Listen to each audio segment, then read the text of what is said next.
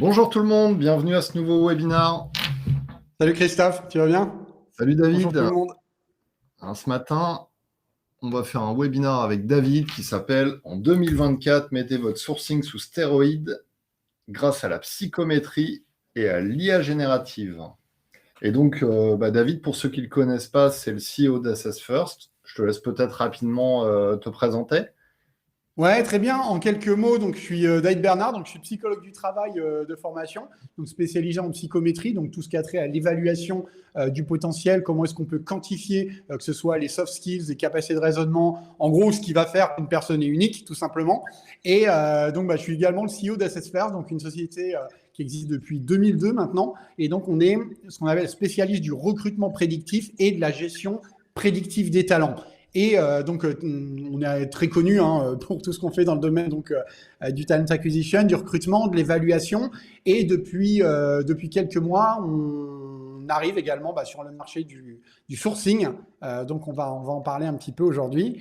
Et c'est vrai que on voit que, on va parler des problématiques que rencontrent les recruteurs et les sourceurs actuellement et celles auxquelles ils vont être confrontés pour 2024. Et on voit notamment que ChatGPT qui est arrivé depuis novembre 2022, agit un peu comme une petite révolution dans le domaine du recrutement et du sourcing. Et donc, on va voir comment on peut en tirer parti, tout simplement, quoi. Voilà. Ouais, c'est plus un booster.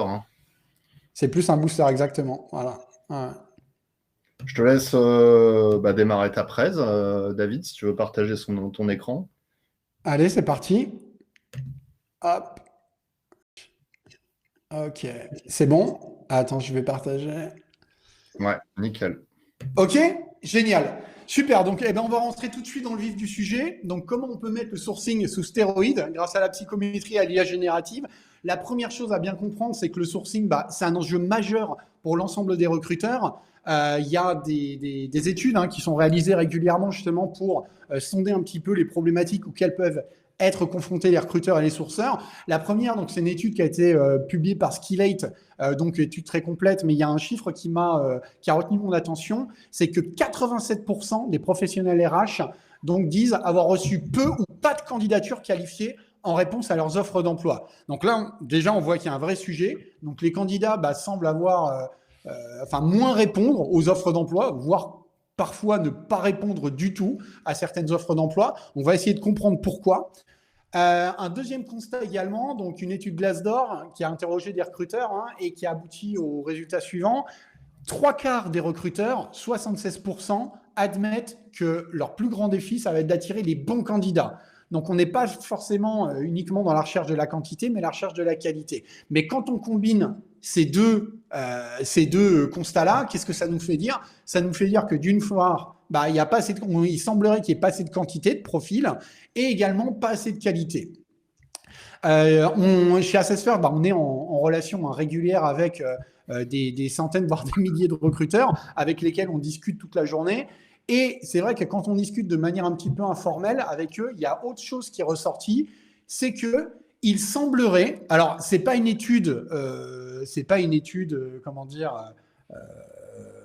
hyper objective où on a envoyé des questionnaires et ainsi de suite, mais ouais, voilà, c'est plus un ressenti, mais c'est que quand on demande aux recruteurs et aux sourceurs, voilà, comment ça se passe dans votre quotidien, est-ce que les candidats répondent ou pas, il semblerait que depuis cet été, il y a une espèce d'accélération du phénomène et on a pas mal de recruteurs qui nous disent, j'ai l'impression d'avoir à peu près 20% de retours candidats en moins. Et il y a même un fait assez intéressant, c'est qu'il y a certains recruteurs qui m'ont même dit, j'ai l'impression même qu'il y a des candidats qui ont disparu du radar, notamment des candidats, par exemple, qui sont sur des postes qui n'ont pas trop de difficultés à trouver des jobs. Il semblerait que certains d'entre eux se désinscrivent même de LinkedIn. Donc, ça pose quand même question. Et c'est vrai que ça peut nous amener à nous poser la question, qu'est-ce qui explique l'attitude des candidats ? Pourquoi est-ce que c'est de plus en plus compliqué d'avoir des retours candidats et d'être attractif ? Tout d'abord, il y a le contexte économique qui est assez peu favorable. On sait tous, on regarde tous les news, l'inflation, la baisse du pouvoir d'achat, un climat anxiogène un peu généralisé. Il suffit d'ouvrir Internet ou d'ouvrir la télé pour comprendre de quoi on parle. Et le résultat de tout ça, c'est quoi ? C'est que, on fait face à une forme d'attentisme de la part des professionnels en poste. C'est-à-dire qu'on a des gens aujourd'hui qui sont dans leur job, auxquels on peut parfois proposer des opportunités qui peuvent être particulièrement attractives, particulièrement intéressantes, mais il se trouve que les gens attendent, on a l'impression qu'ils attendent de voir. Ils attendent que la situation se stabilise. Ils attendent d'avoir peut-être un petit peu plus de visibilité sur ce que l'avenir va pouvoir leur offrir. Et donc, un autre point intéressant également, c'est lorsqu'on interroge les candidats et les professionnels en poste sur ce qui fait l'attractivité d'une offre d'emploi, ce qui fait l'attractivité d'une opportunité, on va avoir quoi? On va avoir le salaire. Le salaire, ça reste le facteur d'engagement numéro 1. Et d'ailleurs, un point très intéressant à noter, c'est que on observe dans les offres d'emploi que si on ne fait pas mention du salaire, donc une mention exacte ou simplement spécifier une fourchette de salaire, ça va aller jusqu'à diminuer de 29% le nombre de retours candidats, le nombre de candidatures qu'on va pouvoir récupérer. Un autre point également, qui est un point d'attention pour les candidats, c'est les missions. Mais quand on parle des missions, ce sont les missions précises. Ce n'est pas juste expliquer que c'est un poste de BDR ou que c'est un poste de chargé de mission ou peu importe. Non, c'est avoir vraiment de la visibilité sur quel va être mon quotidien. En quoi, concrètement, mes journées vont être occupées, sur quelle problématique est-ce que je vais intervenir. Troisième point qui intéresse particulièrement les candidats, la culture, les valeurs. Là aussi, ça va conditionner le type de quotidien que je vais avoir. Je change de boîte, oui, ok, mais est-ce que je vais m'y retrouver?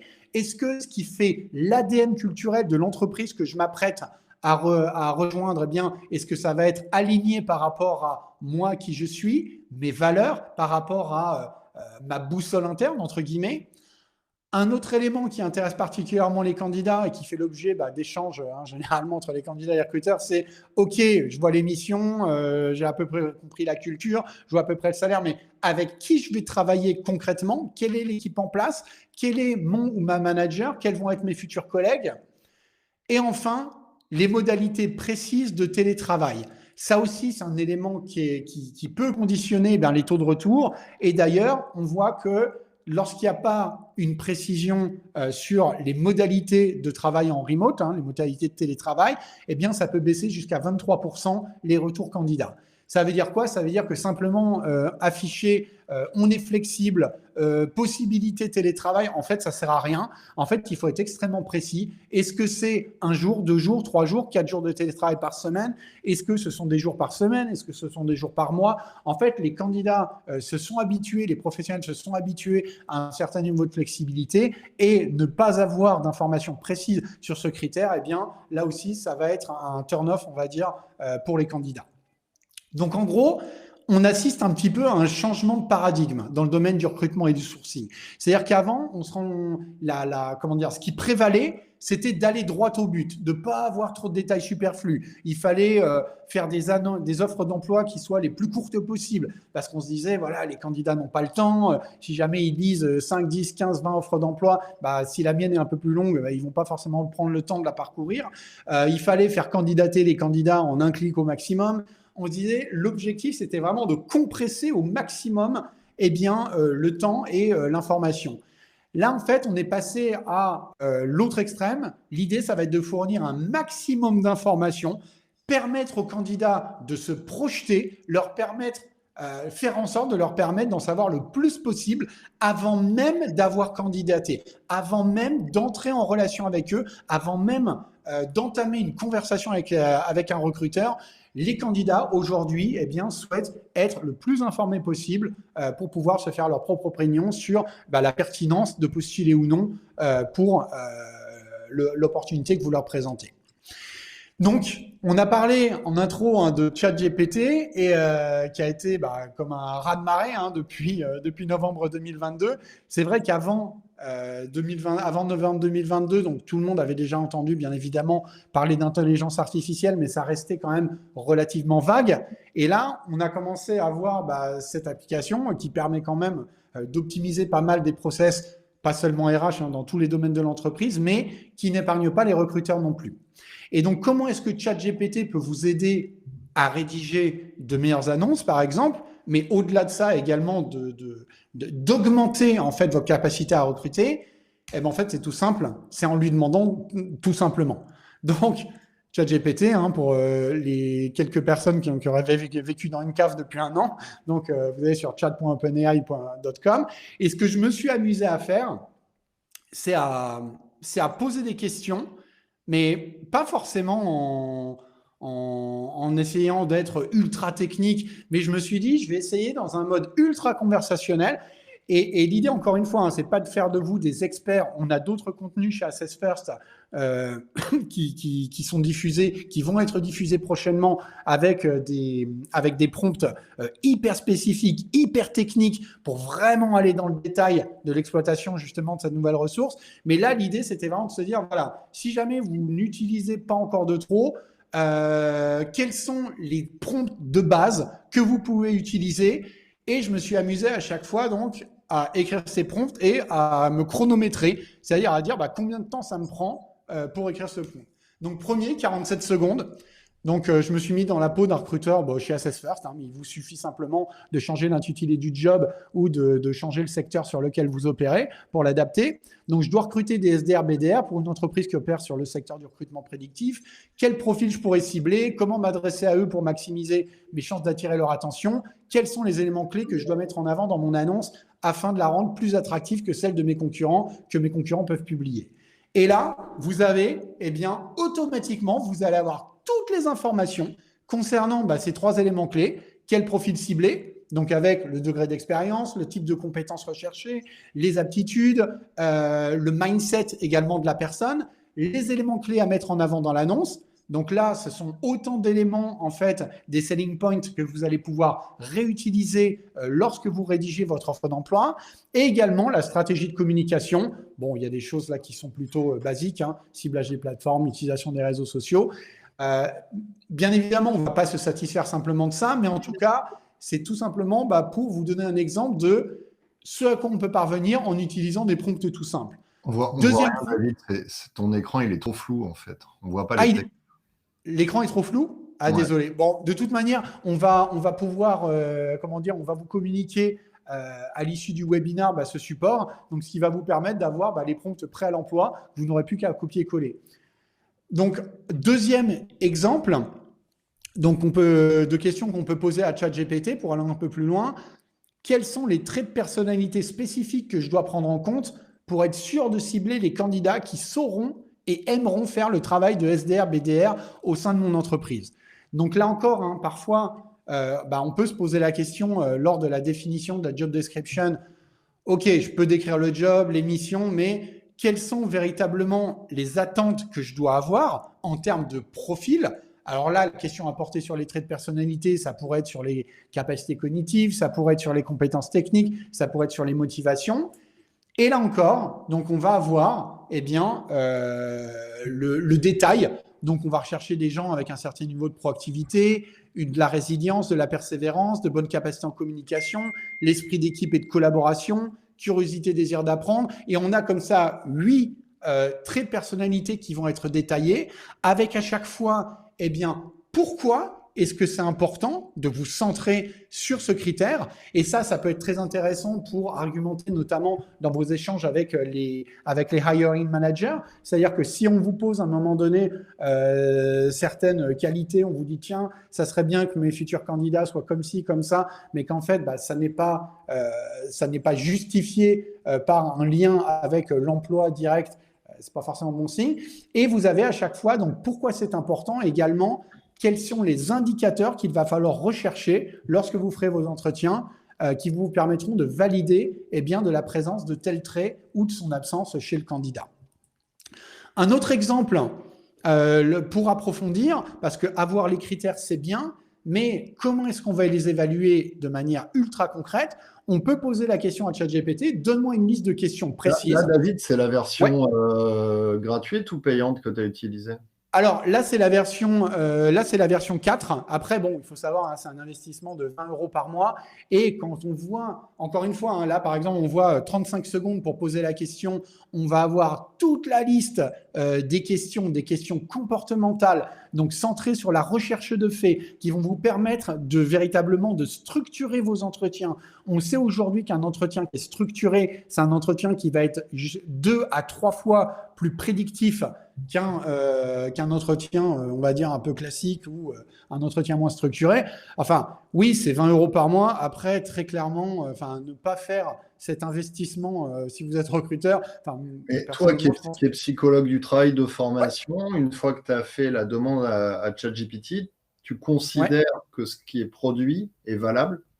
Ouais, c'est hyper valable, bien sûr. Après, on peut aller encore dans le détail, c'est-à-dire poser des questions sur. Là, tu vois, typiquement, tu peux poser des questions sur quelles sont les compétences et quels sont les éléments de personnalité qui sont importants. Deuxième élément, deuxième type de question, donne-moi la liste de questions centrées sur les comportements. Tu peux demander à ChatGPT également de te produire une grille d'observation. Parce que ça, c'est très important aussi. Pour être vraiment cash, tu as quand même des cabinets qui te facturent entre 5 et 10 000 € pour te donner une grille d'entretien structuré. Là, tu nous expliques que pour 20 balles, en fait, on peut le faire. Oui, c'est ça. Pour être très clair, on peut le faire. Oui, absolument. Absolument. C'est-à-dire, et encore une fois, Christophe, là, tu as la liste des questions, donc des questions qui sont bien calibrées, centrées sur les comportements, méthode STAR. Mais après, tu peux également poser la question, maintenant, fournis-moi pour chacun de ces 8 éléments, ces 8 compétences ou ces 8 traits de personnalité, fournis-moi une grille d'observation en 5 points, en me détaillant à chaque fois pour chacun des niveaux quels sont les indices qui vont me permettre de savoir si la personne est dedans ou pas. En fait, ça va te permettre d'objectiver, mais de manière extraordinaire, l'évaluation de tes candidats. Et encore une fois, je reprends ton expression pour 20 balles, en fait. Donc, ça serait dommage de... Et c'est le même cabinet qui facture 3 000 € la rédaction d'une annonce.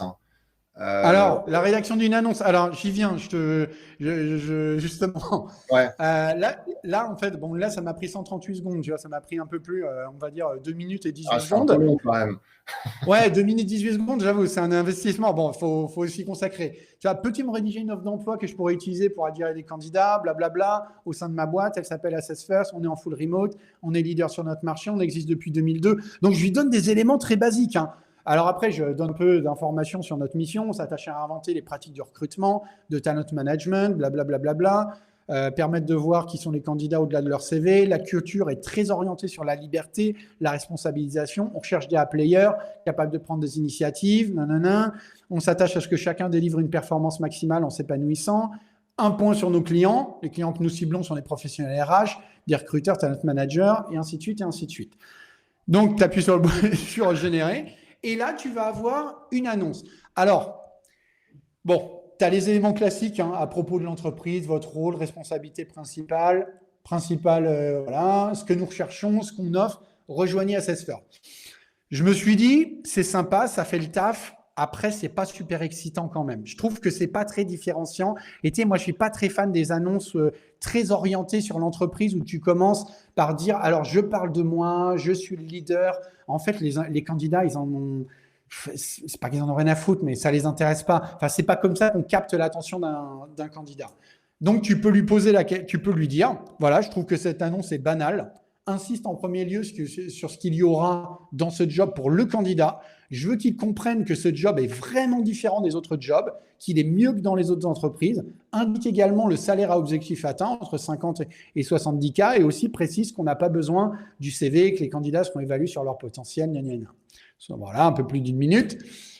Donc là, il va te refaire le truc en te disant, il va complètement te réorganiser en fait l'information, en te disant, voilà, ce job est différent, voici pourquoi. Donc, OK. Votre expérience chez Assess First, donc encore une fois, on est centré sur la personne. Votre rôle, tu vois, en fait, il y a une inversion, c'est-à-dire qu'on n'est plus dans le « je vous parle de moi et j'espère que ça va vous intéresser », mais on est véritablement dans le « ok, je vais t'expliquer, toi candidat qui est déjà en job, qui est peut-être dans un job qui te satisfait déjà pas trop mal, je vais t'expliquer pourquoi ça peut être une opportunité pour toi et pourquoi tu devrais t'intéresser à nous. » Ensuite, je me suis dit, bon, c'est sympa, mais quand tu regardes aujourd'hui le type de communication auquel sont habitués les professionnels, qu'ils soient candidats ou pas, sur LinkedIn, par exemple, tu as des choses quand même avec un peu plus de vie, tu as des emojis un peu partout. Donc là, je vais juste demander, voilà, fais-moi la même, mais en ajoutant de la mise en forme des emojis pour vraiment capter l'attention des candidats et rendre l'annonce encore plus attractive. Et là, il te sort, tu as l'impression que tu es sur un post qui va faire Ouais. 200 likes. Tu vois ce que je veux dire? En fait, qui va coller beaucoup plus aux Ouais, usages. En tu fait, me dis ça à moi, je te dis direct que celui-là, il fera pas 200 likes. oui, mais après, je m'adresse à un spécialiste. Bien sûr que ça ne va pas faire 200 likes, mais ce que je veux dire, c'est que, bon, il n'y a pas beaucoup d'offres d'emploi qui vont faire 200 likes, mais ce que je veux dire, c'est que d'une manière générale, là, on va utiliser les codes qui sont ceux, pas seulement de la nouvelle génération, mais les Ouais, codes qui sont bien sûr. utilisés sur les plateformes sociales et de réseaux sociaux, et on va maximiser la probabilité bien que les candidats s'arrêtent sur le. Alors, il y a une question, il y a un truc pertinent quand Ouais. même dans le chat. C'est Niazi qui nous dit, ne risque-t-on pas d'avoir des réponses uniformes des recruteurs dans l'utilisation de ChatGPT? Est-ce qu'on va Des pas faire réponses. tu vois, en fait, on risque d'avoir quand même des requêtes qui sont toujours les mêmes et finalement les résultats vont être toujours les mêmes et on va Ouais. avoir des clonages de, tu vois. Bah en fait, ce qu'il faut bien se dire, c'est que c'est comme les stratégies enfin, sur les réseaux sociaux, enfin, tu serais mieux placé que moi pour en parler, ou les techniques marketing. C'est-à-dire qu'en fait, ça marche tant que ça marche. C'est-à-dire qu'à un moment donné, il y a de nouvelles stratégies, de nouvelles méthodes, de nouveaux outils. Tant que c'est pas trop utilisé, que c'est pas utilisé entre guillemets par la masse, bah, vous allez avoir des résultats exceptionnels. Ensuite, bien évidemment, à partir du moment où vous avez la majorité des recruteurs qui se met à utiliser de nouvelles techniques, bah, cette technique, elle est forcément moins efficace, bien sûr.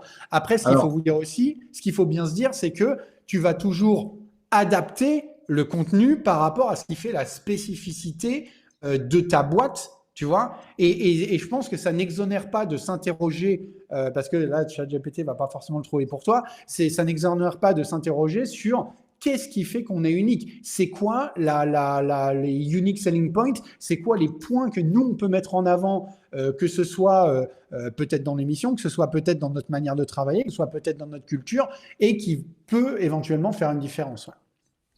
alors, bon, il y a Sandrine qui disait, je ne partage pas l'avis, en fait, qui dit, je pense que si la culture d'entreprise est importante et considérée comme telle par l'ensemble de l'équipe, il est nécessaire que le candidat sache dans quel environnement il va. Mais en fait, David n'a pas dit qu'il ne fallait pas parler de la Non, bien sûr. culture d'entreprise. Non, bien Il dit sûr. juste que c'est peut-être pas en début d'annonce ou qu'il y a peut-être une autre façon de le présenter. Il y avait un point qui était intéressant tout à l'heure que j'ai laissé de côté. Oui, quelqu'un nous disait, bon, c'est très bien, l'entretien structuré, ça met les questions, mais en fait, le job du recruteur, hormis effectivement d'avoir un entretien structuré avec les bonnes questions, c'est quand même d'être capable d'analyser les réponses. Bien sûr, analyser les réponses. Et encore une fois, après, comment est-ce qu'on fait pour analyser les réponses? Est-ce qu'on va se dire, alors, je prends la réponse et je l'analyse en fonction de mon framework, c'est-à-dire moi, recruteur, j'ai une certaine expérience, j'ai vu plusieurs candidats, mais concrètement, enfin, comment on objective tout ça? Parce que bien évidemment, poser des questions centrées sur les comportements, toujours les mêmes, dans le même ordre, à l'ensemble des candidats, c'est la première partie de l'entretien. Ça participe à la structuration de l'entretien. Mais un entretien structuré, c'est également un entretien dans lequel on va utiliser, pour coter les réponses des candidats, on va utiliser une grille d'observation généralement qui va être en 4 ou 5 points hein, pour chaque critère. Donc, on peut avoir, par exemple, totalement à côté de la plaque, un peu en décalage par rapport aux attentes, conforme aux attentes, surpasse les attentes et très au-delà des attentes. Voilà, là, profil exceptionnel, il y a à peine 3% des candidats qui vont se retrouver dans la catégorie numéro 5.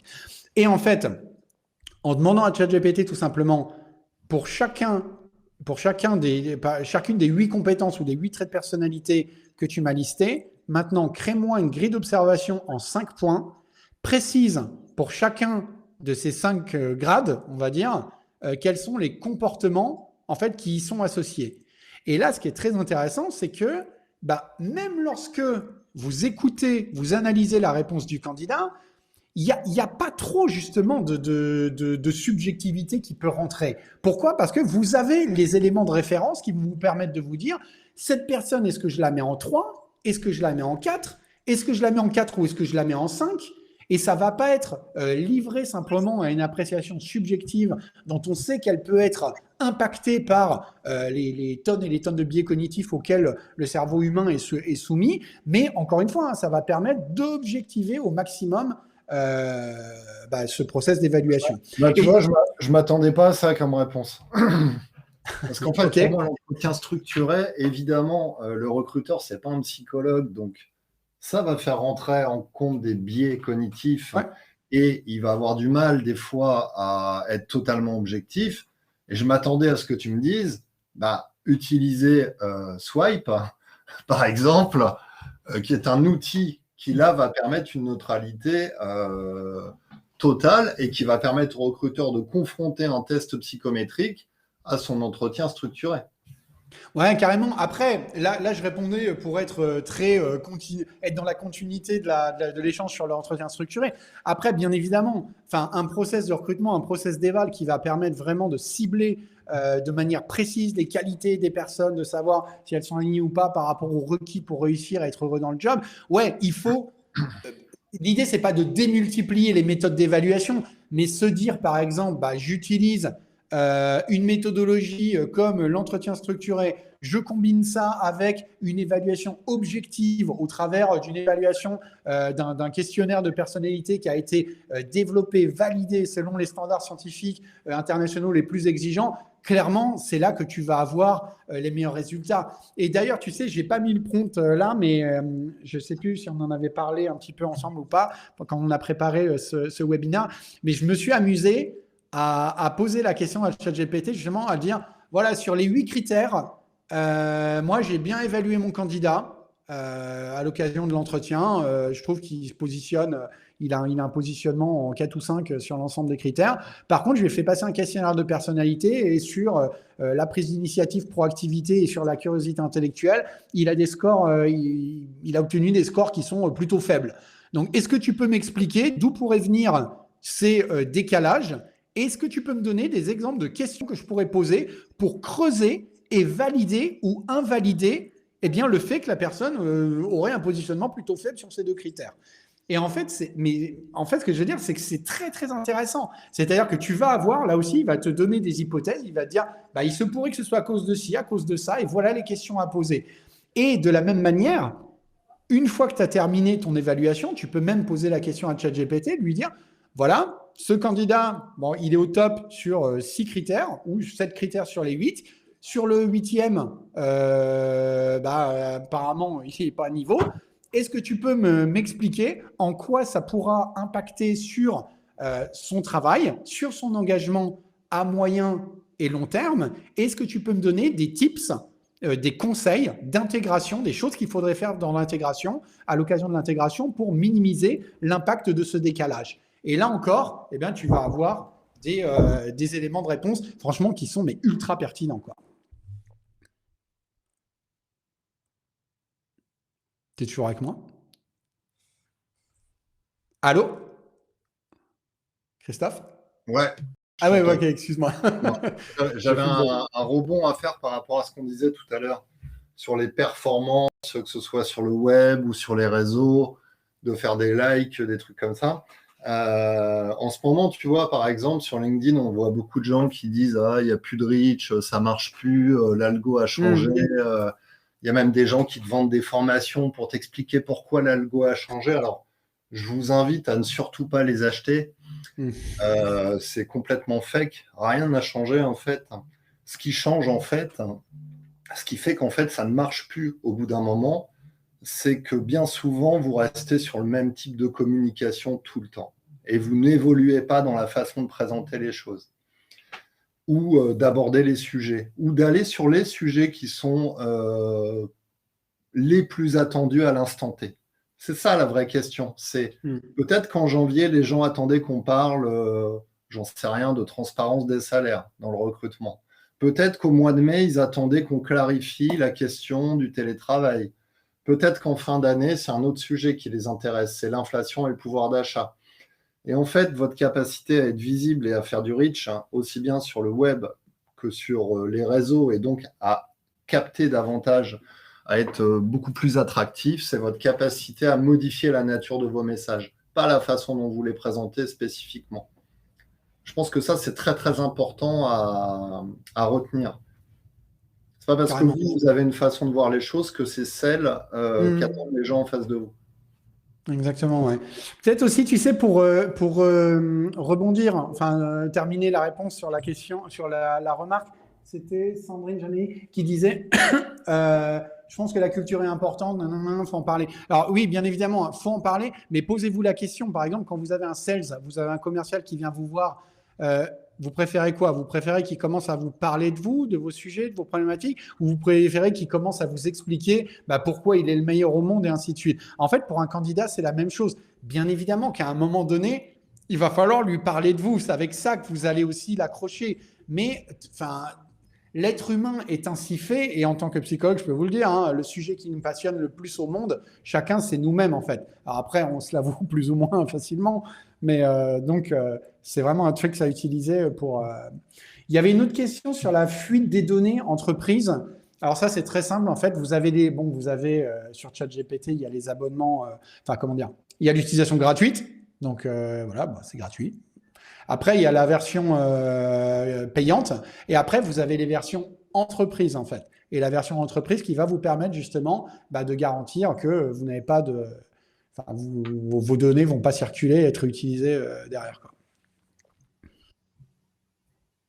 Après, on n'est pas obligé de charger des données non plus, hein. On peut simplement interroger et l'utiliser en mode conversationnel. Parce qu'effectivement, sur le chat GPT aujourd'hui, vous pouvez charger un référentiel Excel et lui demander de l'optimiser, hein. Mais là, effectivement, vous chargez vos données. Moi, objectivement, je ne suis pas un grand fan, même en version entreprise, d'aller charger mes données entreprise dans le chat GPT. Je l'utilise vraiment comme un outil, comme un assistant, en fait, un accélérateur. Je charge assez peu de données, si ce n'est à la limite des données qui sont déjà présentes sur le web. Carrément. Donc, pour terminer sur comment motiver les candidats à vous répondre, la première chose, c'est bien intégrer que le changement d'emploi, c'est souvent vécu comme une prise de risque non négligeable. Et donc, ce qu'il va falloir, c'est leur fournir le maximum d'infos et pouvoir cibler, bien sûr, les candidats qui seront les plus susceptibles d'être intéressés. Donc, la manière dont vous pouvez repérer ces candidats, c'est simple, hein. En fait, c'est revenir aux basiques du recrutement. C'est quoi un candidat qui est susceptible d'être intéressé? C'est un candidat qui saura et qui aimera faire le job, et donc, par conséquent, des personnes dont le mode de fonctionnement naturel est parfaitement aligné, ou le plus possible en tout cas, par rapport aux exigences du poste pour lequel vous devez recruter. Donc là, je vais vous montrer comment chez Assess First, on a choisi d'adresser ce sujet. Donc, je pense que, après, j'imagine que vous nous connaissez relativement bien, mais pour ceux qui ne nous connaissent pas, donc Assess First, hein, on est spécialiste sur recrutement prédictif. On aide les entreprises à comprendre qui sont réellement leurs candidats au-delà du CV, au travers d'évaluations qui vont être gamifiées, qui vont être en ligne avec les standards des applications qu'utilisent aujourd'hui l'ensemble des personnes, hein. Donc, on a un questionnaire, par exemple, qui s'appelle Swipe.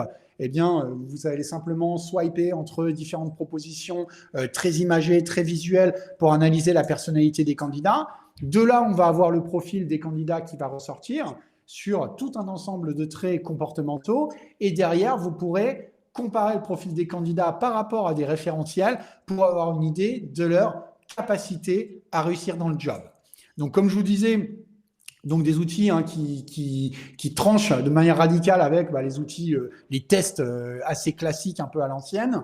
Et donc, on est vraiment très fiers du boulot qui a été réalisé par nos équipes à la fois product, tech et surtout science, parce qu'aujourd'hui, on est évalué comme étant l'application qui possède la meilleure expérience candidat, et ceci sur la base de milliers de reviews qui ont été laissées par les candidats de manière spontanée sur Google.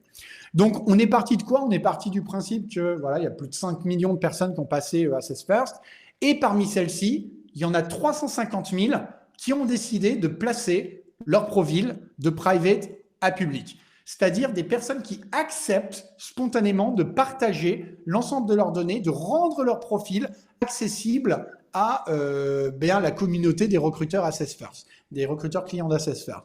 Donc l'idée, on s'est dit, pourquoi ne pas permettre aux recruteurs tout simplement d'aller taper dans cette base de données pour trouver les candidats qui pourraient leur correspondre, mais pas seulement en termes d'expérience, pas seulement en termes de formation, les critères classiques qui sont utilisés, mais véritablement sur la base de leur potentiel réel. Et ça, la promesse, c'est de le faire en 4 clics et en moins de 90 secondes, on va le voir. Donc, le plus simple, c'est de voir concrètement en quoi ça consiste. Donc, là, depuis quelques mois, donc on a une nouvelle fonctionnalité qui s'appelle le Sourcing by Assess First, où vous arrivez sur une page qui ressemble à ça. Il vous suffit simplement de sélectionner soit une campagne de recrutement ouverte, soit simplement un modèle prédictif. Un modèle prédictif, c'est un profil de poste. Là, on se dit, par exemple, tiens, je recherche un business developer à Paris, je clique, boum, je vais avoir l'ensemble des personnes qui correspondent. Alors, ça veut dire quoi? Ça veut dire qu'on va analyser la personnalité de l'ensemble de ces dizaines, centaines, voire milliers de candidats qui ont passé à Assess First et on va faire ressortir ceux qui sont inscrits en tant que business developer ou poste approchant et dont les qualités personnelles sont parfaitement alignées par rapport à ce qu'il faut pour réussir dans le job tel qu'il est chez vous et être heureux dans ce job. Ensuite, vous avez la possibilité de faire un filtre sur le degré d'expérience des personnes, parce qu'on cherche des juniors, des seniors, des intermédiaires, quel est le niveau d'études qui est demandé, et vous pouvez choisir de taper soit dans la base publique de nouveaux candidats, soit aller chercher dans vos candidats pour faire ce qu'on appelle du candidate rediscovery, c'est-à-dire que si vous avez déjà des centaines ou des milliers de candidats évalués au travers d'Assess First, vous pouvez aller repiocher dans cette base ou taper dans les deux en même temps. Ensuite, donc si je survole une carte, je vais avoir un peu plus d'infos. Et si je clique sur le profil de la personne, je vais pouvoir voir le détail. Donc, je vois que là, j'ai une personne qui correspond à 84%. Elle a 80% de probabilité de réussir dans le job, 92% de probabilité d'être épanouie, engagée. Si le futur manager de la personne que je m'apprête à recruter a également passé Assess First, je peux cliquer sur l'affinité. Aller chercher, par exemple, imaginons que ce soit Simon Baron, son futur manager, je prends le profil de Simon, je calcule l'affinité, je vois qu'ils ont 87% de probabilité de s'entendre et de travailler de manière productive ensemble. Voilà. Et ensuite, je peux scroller. Donc, si je déroule un peu, je peux voir le détail de tous les traits de personnalité qui sont impliqués dans la réussite pour le job de business developer et comment ce candidat se positionne par rapport à ces traits-là.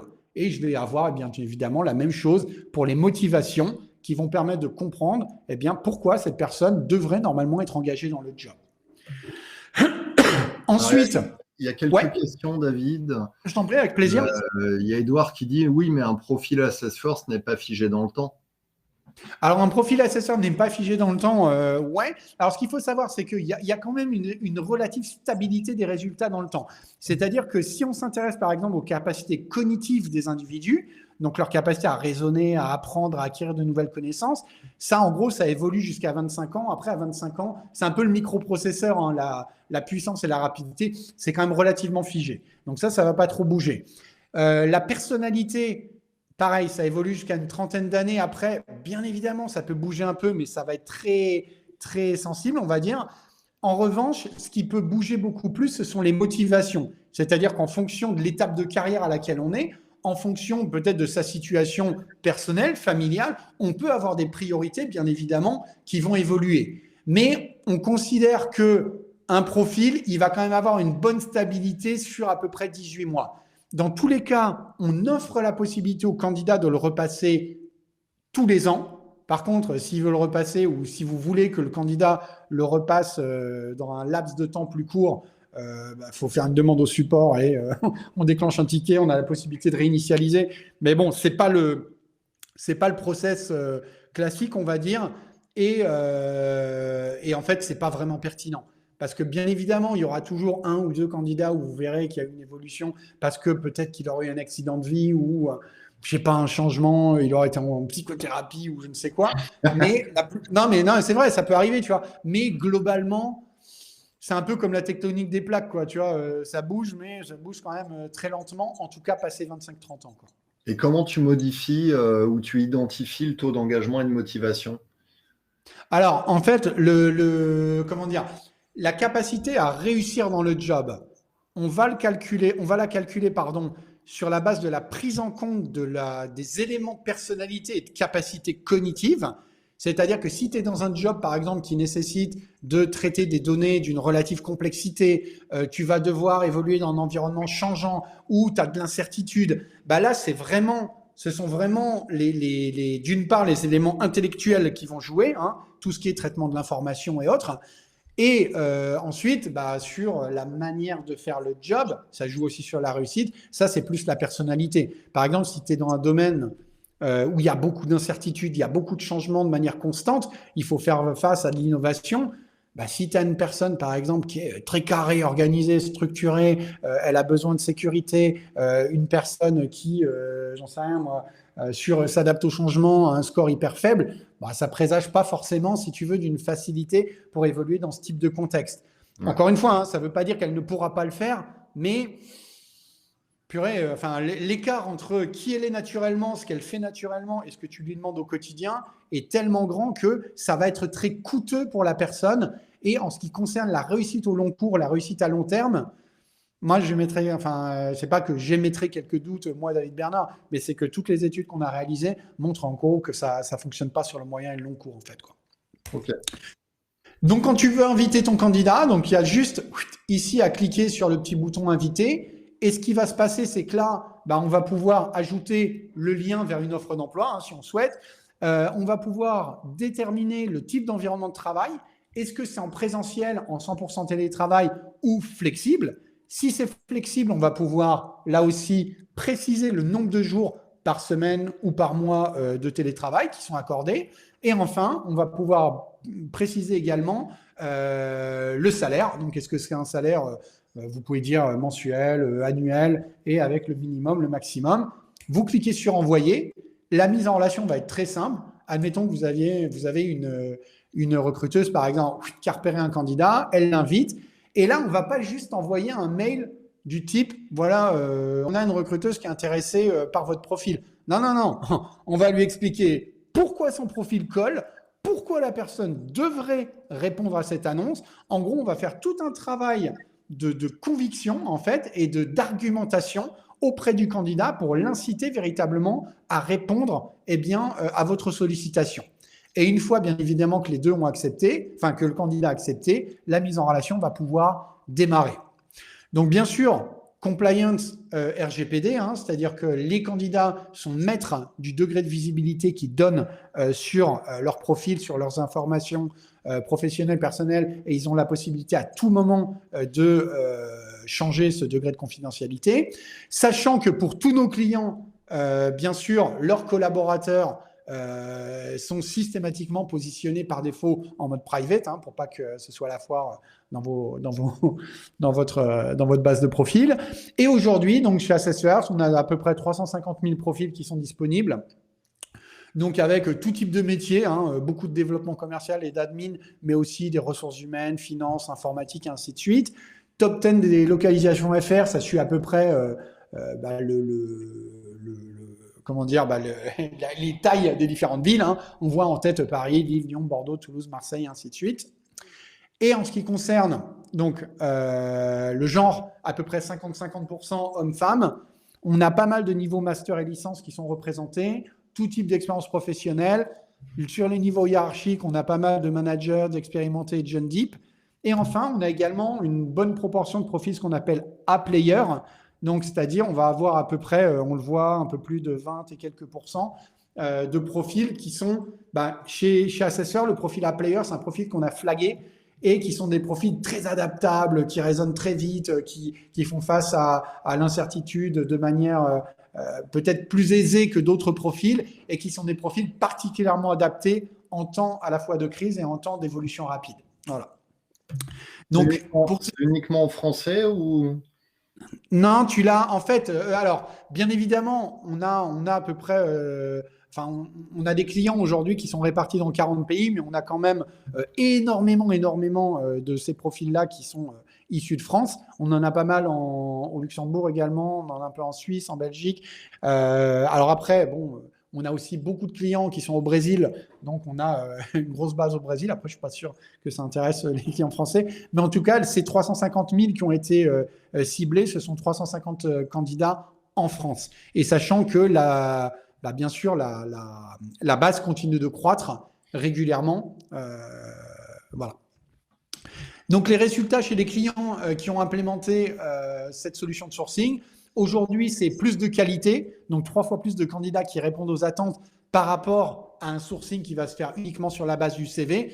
Il n'y a pas de magie, hein, c'est juste que dès le départ, on peut définir des critères qui autrefois étaient évalués plutôt en bout de course ou plutôt dans un second temps. Là, directement, vous allez cibler les candidats peut-être qui ont le leadership, peut-être qui ont la capacité à s'organiser, peut-être qui ont de l'empathie, peut-être qui ont de la créativité, et ainsi de suite.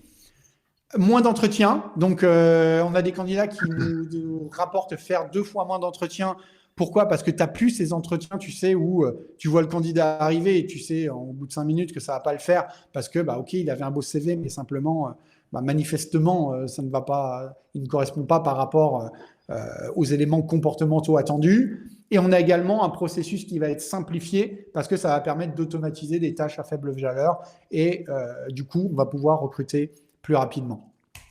Conclusion, moi, ce que je vous invite vraiment à faire pour 2024, c'est vraiment, ne ratez pas le train de l'intelligence artificielle parce que il est déjà parti depuis un petit moment et ça, comment dire, on voit bien que les outils se complexifient de plus en plus, ou en tout cas se perfectionnent de plus en plus, et ça serait vraiment dommage de ne pas s'y mettre. Moi, je suis convaincu que les personnes qui se disent « j'attends encore 6 mois pour m'y mettre », à un moment donné, le gap va être tellement grand entre là où on en sera et la maîtrise que vous aurez, le degré de compréhension que vous aurez, parce que ça nécessite quand même des logiques dans l'utilisation de ces outils et une certaine technicité. Donc, mettez-vous-y. Il y a des prompts qui sont gratuits. Là, on va vous envoyer ceci. Vous allez en avoir d'autres. Mais continuez à vous former ou mettez-vous à vous former. Et bien évidemment, les soft skills, c'est l'incontournable. Je pense que là, les recruteurs commencent à avoir compris que on ne peut plus recruter sans prendre en compte les soft skills, y compris dans des jobs techniques, parce que c'est pas parce que je suis un bon technicien que je vais m'intégrer à l'équipe, que je vais m'intégrer par rapport aux us et coutumes de la boîte et que je vais m'intégrer à cette culture.